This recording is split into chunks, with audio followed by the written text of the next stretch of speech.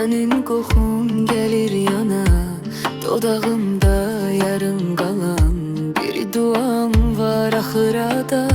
Sabrin kimi çörek bölen, ellerini öper zaman. Susup kulak asan ilk dostum sen idin her uzak yolda. Gözleri güzel anam, dünyam senden başlayır. Sen gülende dar günlerim sanki yerden karışır. Gözleri güzel anam, kalbime nur saçırsan, elimi bırakma anam. Yine uşak dey bakıram anam.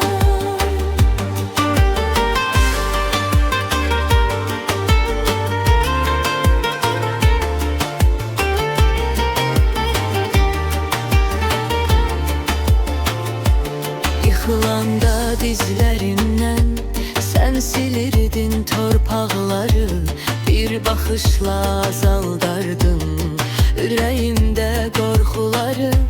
Səsin hələ qulağımda, özünə yaxşı bax deyən hər payızda sarı yarpaq məni sənə xatırladan.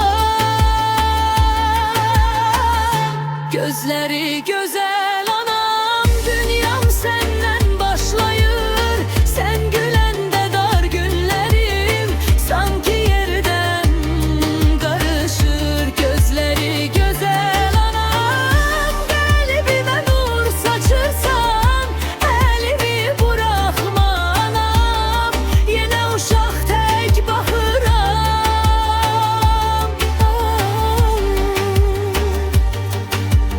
Elim üşüyəndə bil ki adını çağırıram.